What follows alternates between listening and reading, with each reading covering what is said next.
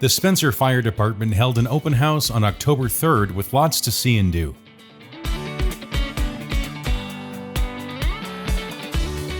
Visitors were invited to tour the station, have a look at the many emergency vehicles on display, and chat with the firefighters.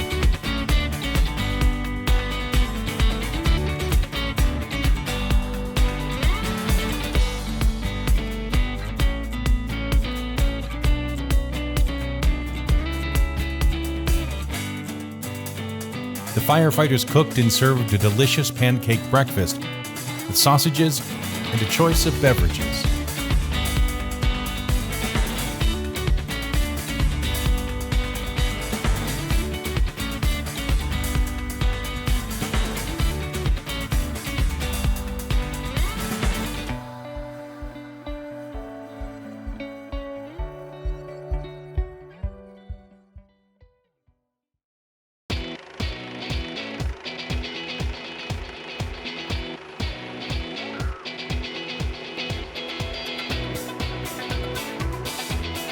A special visit was made by the UMass Memorial Life Flight helicopter.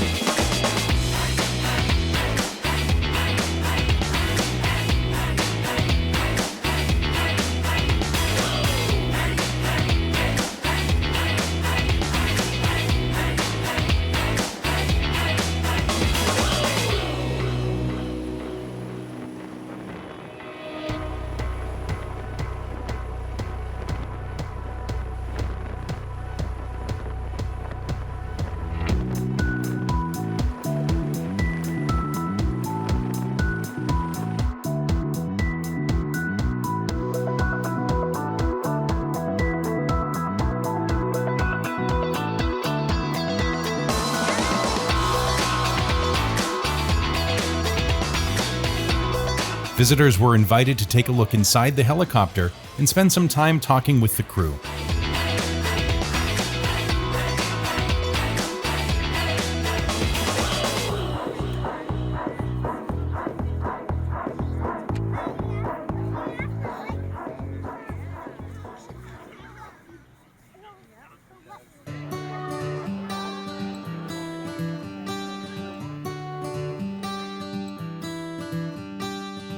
People gathered around to meet and hear about Remy, a member of the Massachusetts State Police Canine Unit. Remy's handler talked about how she was trained and what her duties are as part of the Fire Investigation Unit.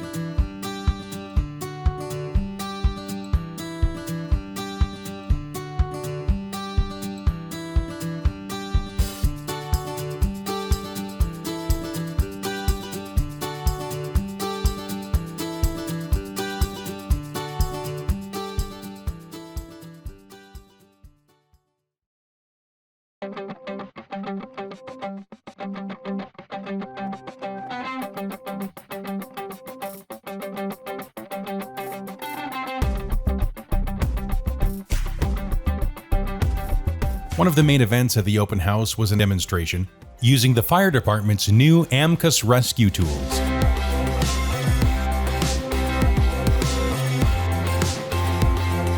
What we first do is we first stabilize the vehicle. You'll see chalk blocks on either side of the car, on both sides, and what that does is gives the car a nice platform to stabilize down flat to the ground.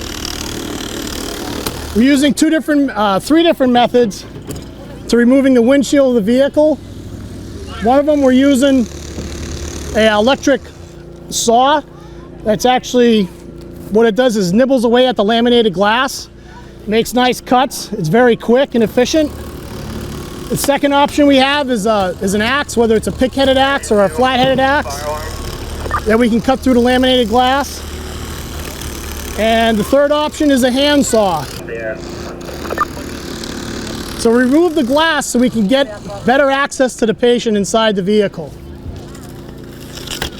And just like that, the windshield's out.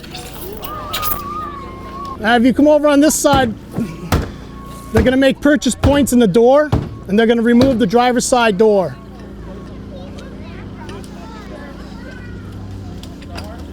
The tools they're using are the newest Amkis battery operated tools. There is hydraulics inside of them, but the motor to that tool to drive the hydraulics is battery powered. These are brand new. These new tools are going to go on the new engine that's coming in the next few months. So what he's doing here is he's going to try to spread the door apart from top to bottom to open up the side so he can get those jaws or the tips of the tool in between the door and the B pillar of the vehicle to push the door or spread the door from the pin. There's different techniques we can use to perform this maneuver.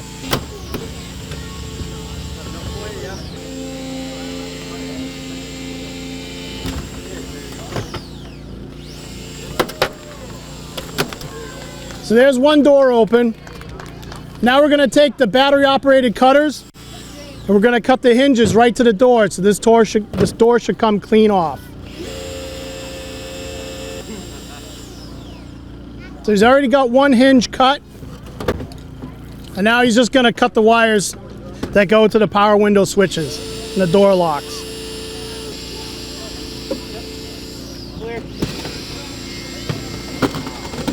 So there goes the driver's side door is now gone. So now they're going to demonstrate taking half the roof and peeling it over on top of itself. This helps gain access to the patient almost 360, right? Now we just have the front and the back we have to worry about, but now we got access to the patient from the sides. So one of the most important things we have to do before we do this maneuver is check and peel back the plastic trim inside the vehicle at the A, B, and C posts on each side of the car, because there's airbags and airbag actuators. Little CO2 cylinders or powder actuated cylinders that are embedded inside those pillars. We found out in training, we cut one of them, it'll wake you up. Makes a little bit of a pop. So what we try to do is not upset that actuator. So we'll peel back the trim and the plastic so that we can take note where those cylinders are and where the actuators are. We can cut through the curtain all day long. That's one thing, but to cut through the actual cylinder that pushes the propellant to charge the airbag, that's what we have to be careful of. We don't want that going off, hitting a patient or hitting one of the rescuers involved trying to administer first aid to the patient. So we make a cut at the A post as close as possible. We'll make a relief cut on the roof right before the B post.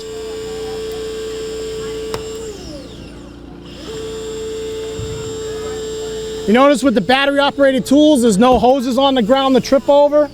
Everything's nice and clean, safe work environment.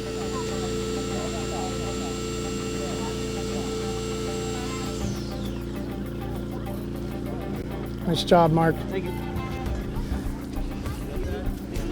The tools are very cumbersome, especially after working with them for a while. It's nice to have another partner to come in behind you to help pick them up once in a while.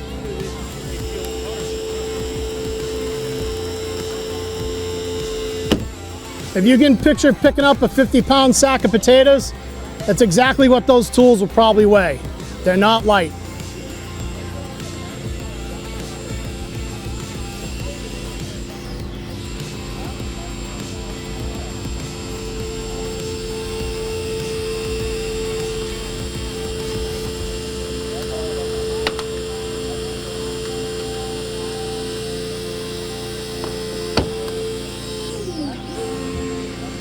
So now he's made the second relief cut on the roof.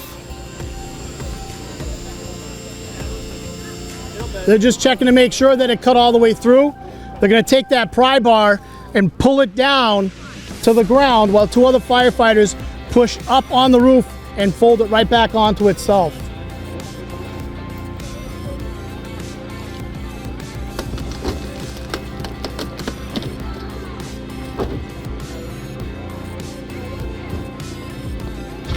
And just like that, if we had to extricate the patient from above, we certainly have the accessibility to do that. Now what we're going to do is we're going to take the dashboard from the driver's side and we're going to push it away from the victim's legs. So we can now have better access in case the victim's feet is tangled up inside the pedals, which can happen. And we can push that up ahead of them or her to extract them from the vehicle. This takes several steps. One step is to cut down below the bottom of the door, right where the fuse panel would be, if you will. So there's a relief cut made there. Now they're going to set the ram block, which is a piece of steel that sits in the bottom corner of the lower part of the door. They're going to take that hydraulic ram, get it into position. Every car is different. Get it into position, actuate the ram, and it's going to start to push the dashboard apart, push it away from the victim. There's actually a piece of steel that runs from side to side of the car in the dashboard, and hopefully that stays intact and attached to the body where all that can get pushed up out of the way. It's called a transverse beam. That's about it, Jay, right there. So like I said, every vehicle's different. We might have to make more than one or two cuts.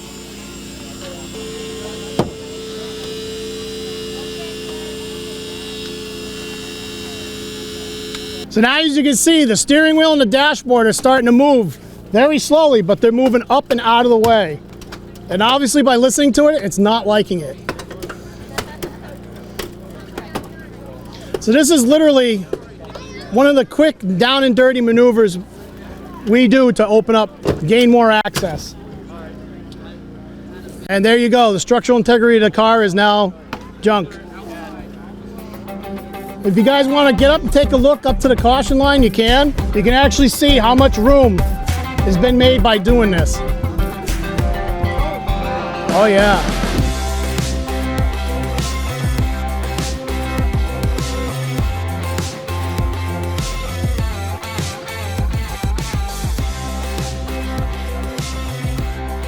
The open house offered an interesting and educational look into Spencer's emergency response capabilities, along with those of the state of Massachusetts, while including an element of fun as well.